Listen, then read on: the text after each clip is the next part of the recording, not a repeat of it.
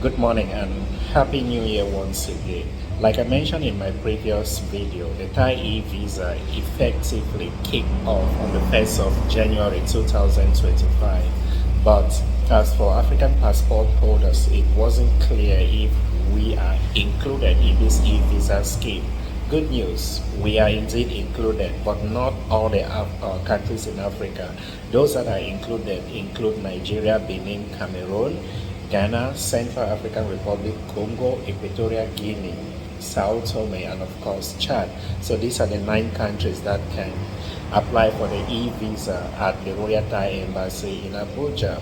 Those of you who are not in this list, you can equally apply for the visa, but I believe there are designated Thai embassies or consulate that can process your case. So what are the conditions to make this online visa application? The first thing you have to know is that you must be living in this country that I've mentioned. If you are a Ghanaian, you have to be within Ghana to make the application.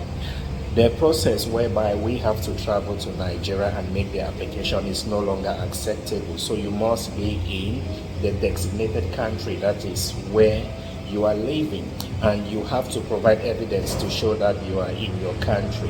I do not know what evidence the embassy might be requesting, but that's what the information says. The next thing you've got to do is to provide your travel bookings in terms of itinerary. We all know what an itinerary is. That is a detailed explanation of what you intend to do in Thailand, and of course your bookings in terms of accommodation and round trip air ticket. I'm saying round trip because some of you think you can just apply for visa without paying for your air ticket.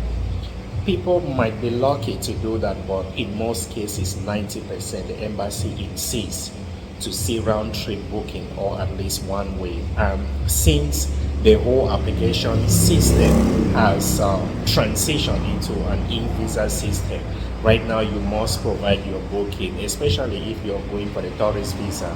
They need to see your return ticket, which shows that you will be coming back to your country. So please keep your finances intact to afford your flight ticket. And another thing you have to know is the duration of the application process. Once you successfully submit your application, the time that the embassy needs to process your application is 5 working days, although it may take longer. And be assured that you might be interviewed during the process, and in extreme cases you might even be invited to the embassy. So the whole processing time is actually 5 business days. And another thing you have to bear in mind is to supply genuine documents. The embassy is also quite strict on documentations right now, because statistics has shown over time that people provide fake documents or documents that aren't good. So you have to provide real documents that can be traced or relate to you without any difficulties or fraud. And another point you have to know is that when your visa is approved, an email will be sent to your inbox which contains your visa. You have to bring this and place in your passport prior to your travel. And again, you have to also understand that you can make your application within 4 to 6 weeks prior to your travel, but it shouldn't exceed 3 months before your travel date. So let us assume that you plan to come to Thailand in March. That is, you have to make your application between January to mid-February, but not 3 months in advance. So have this in mind. 4 to 6 weeks is the ideal period where you've got to make your application. And of course, you have to also understand that having a visa is not automatic guarantee that you will be gain entry or access into the kingdom.